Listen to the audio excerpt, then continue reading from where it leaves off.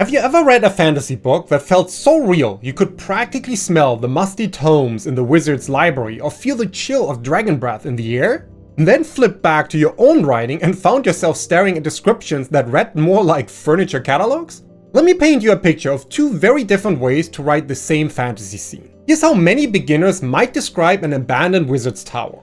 The tower was tall and magical, with lots of strange items everywhere. It was very old and mysterious.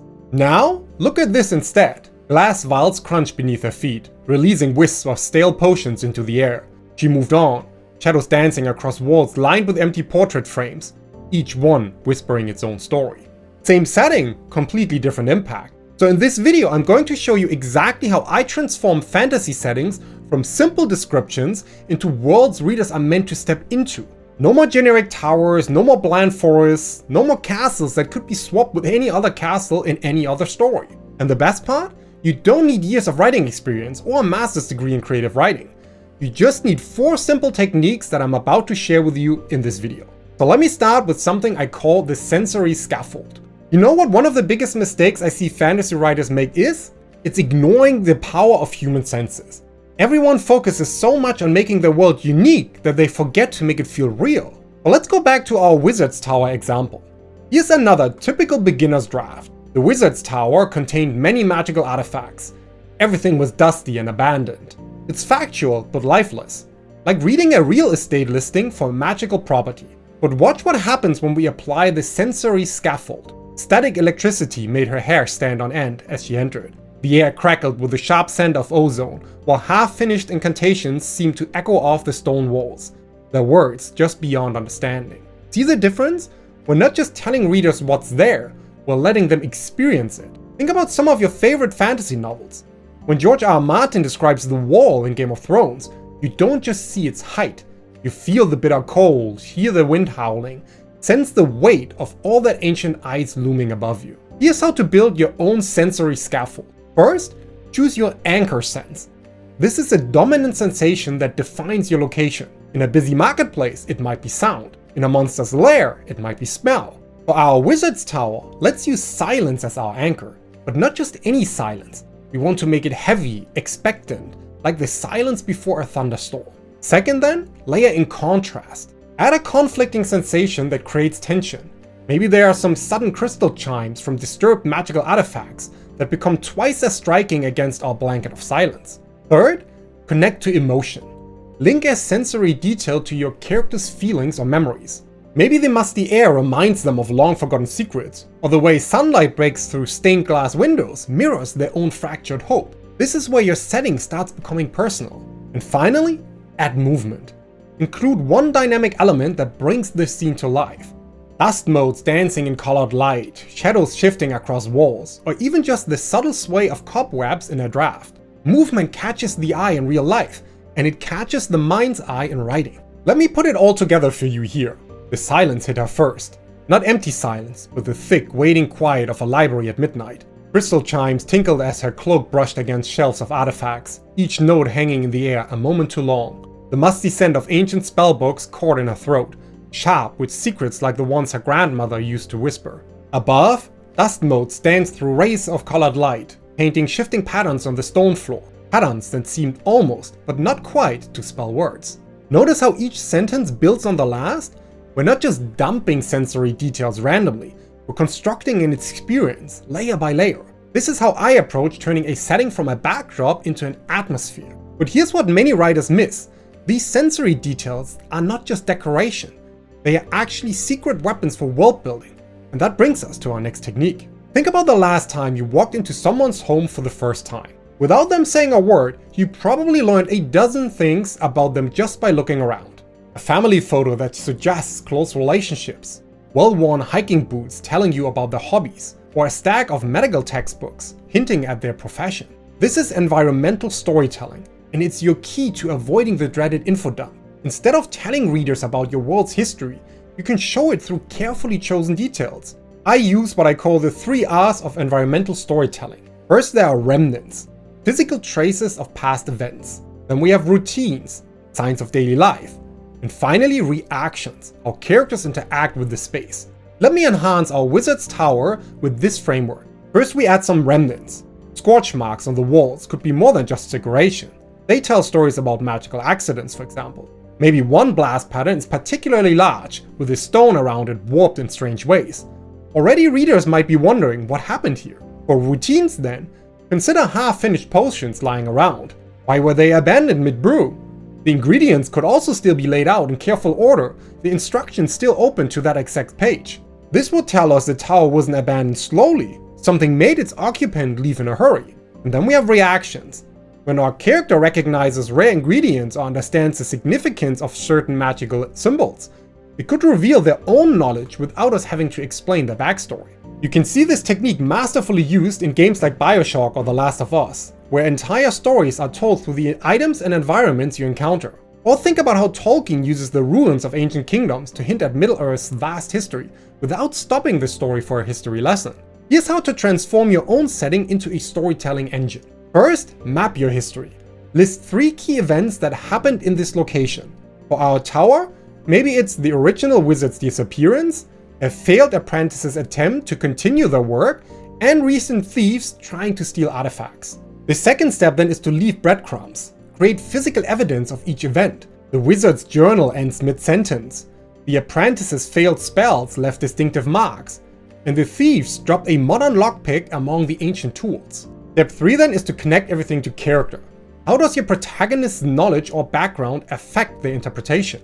A fellow wizard might recognize the sophistication of the spell work. A thief might notice signs of forced entry others missed. And finally we have step 4, build mystery. Include one detail that raises questions. Perhaps there's a portrait that's been carefully preserved while everything else gathers dust. Why this one? Who is it? Let me show you how this changes our tower description. Scorch marks scarred the walls like a magical diary. Some fresh and sharp, others faded to memory. The largest bore a strange pattern she recognized from her advanced ward-breaking studies. The signature of a containment spell gone catastrophically wrong. Half-brewed potions lined the workbench, ingredients still measured with mechanical precision, as if their maker had simply vanished between one heartbeat and the next. Among the ancient implements, something caught her eye. A modern lockpick, its steel incongruous against centuries-old silver tools. But it was a portrait above the desk that held her attention, the only one in the room without a layer of dust, showing a young woman whose eyes seemed to follow her movements. See how each detail not only builds atmosphere but raises questions? This is how you turn your setting into an active participant in your story, if you ask me. Speaking of which, now we're going to tackle something that trips up even experienced fantasy writers, making magical elements feel authentic and part of everyday life. Because too often magic only appears in big dramatic moments, which makes it feel artificial, like special effects rather than part of the world. This is where the living world principle comes in. Magical elements should impact everyday life in small mundane ways, before they affect the big moments. Think about electricity in our world. Yes, it powers impressive machines, but it also makes your hair stand up when you pull off a sweater or creates static on old TV screens. Let me show you our wizard's tower through this lens. Before we show any active spells, we could hint how years of ambient magic have warped the wooden railings into flowing curves. We could also show how centuries of magical light have left permanent rainbows etched in window glass, or how the metal doorknobs have developed distinct personalities, some eager to turn under your hand, others stubbornly resistant. The Harry Potter series does this brilliantly with things like self-washing dishes and moving photographs in the Daily Prophet. These small details make the bigger magical moments feel more believable because they are built on an established foundation. Here's how to apply the living world principle yourself. First, start small. Show tiny ways magic affects daily life. Maybe magical residue makes plants grow in strange patterns around your tower, or prolonged exposure to spells has given the local cats extra toes. Second then is to create patterns. Establish consistent rules for magical impact. If fire spells leave lasting heat in stones, this should be true everywhere, not just when it's convenient for the plot. Step 3 then is to show adaptation.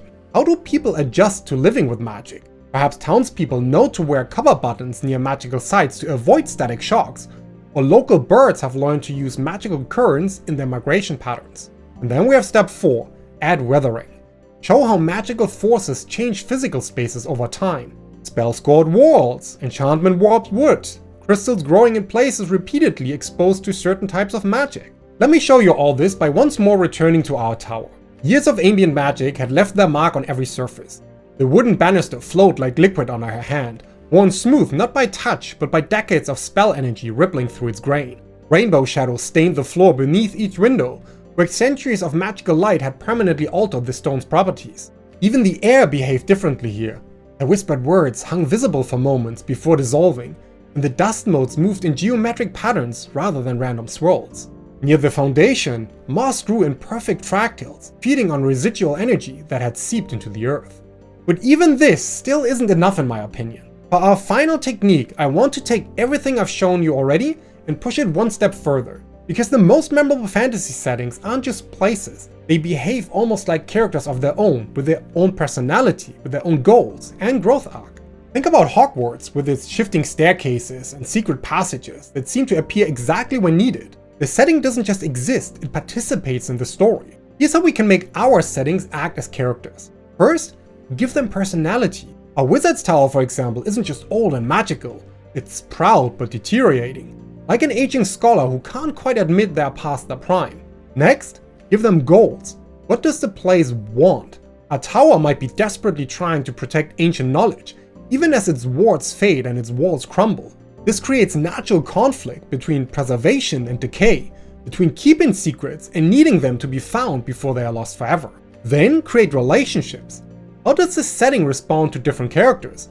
Maybe the tower's staircases become treacherous under the feet of those with ill intent, while smoothing themselves for those who seek knowledge with pure intentions. And finally, let them grow. As your story progresses, your setting should change too. Perhaps our tower gradually warms to the protagonist, revealing its secrets bit by bit as they prove themselves worthy. Let me show you this in action. The tower had grown weary in its solitude. The stairs that once had welcomed her now groaned beneath her weight, their creaks stretching long and low as if murmuring among themselves. Doors that had swung open at her touch in the past now hesitated, their hinges stiff with disuse or distrust. Yet, as she ran reverent fingers along the spines of ancient tomes, something in the air shifted. A hush, expectant, like an old scholar measuring the worth of a new pupil. The candle at the far end of the room flickered, sputtered, then steadied, casting warm light over a shelf lined with precisely the books she needed. She smiled. The tower might be proud, even prickly, but it had not lost its love of teaching. It just needed the right pupil. So there you have it, 4 techniques to transform your fantasy setting from simple backdrops into living, breathing worlds. The sensory scaffold brings your settings to life. Environmental storytelling makes them tell tales. The living world principle makes your magic feel real, and treating your setting as a character turns exceptionally magical places into active participants in your story. Remember our bland wizard's tower from the beginning? Let me show you how it reads now with all 4 techniques combined. The tower greeted her with scholarly silence. Not empty, but thoughtful, like a library holding its breath. Crystal chimes tinkled as her cloak brushed against shelves of artifacts, each note hanging in the air a moment too long. Scorch marks scarred the walls like a magical diary, the largest bearing the distinctive pattern of a containment spell gone wrong catastrophically.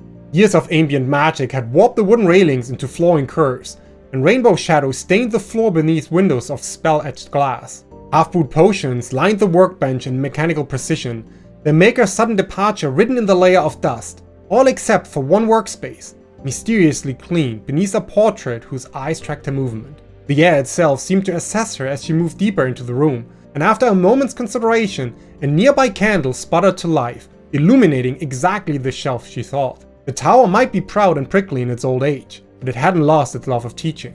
It just needed the right pupil. See how each element builds on the others to create something greater than the sum of its parts? This isn't just description anymore, it's an invitation to step into another world. Hey there, Sasha here. The lesson you just watched is a classic from my private content archives. I'm unlocking some of these foundational lessons right now while I'm deep at work on a major overhaul for my 5-star rated course, taking it to the next level based on months of student feedback and research. I believe every serious writer deserves a clear path from the overwhelm of a great idea to the confidence of a finished novel. If you're ready to get that kind of clarity, the best place to start is with my free guide, the Emotional Waypoint Starter Kit.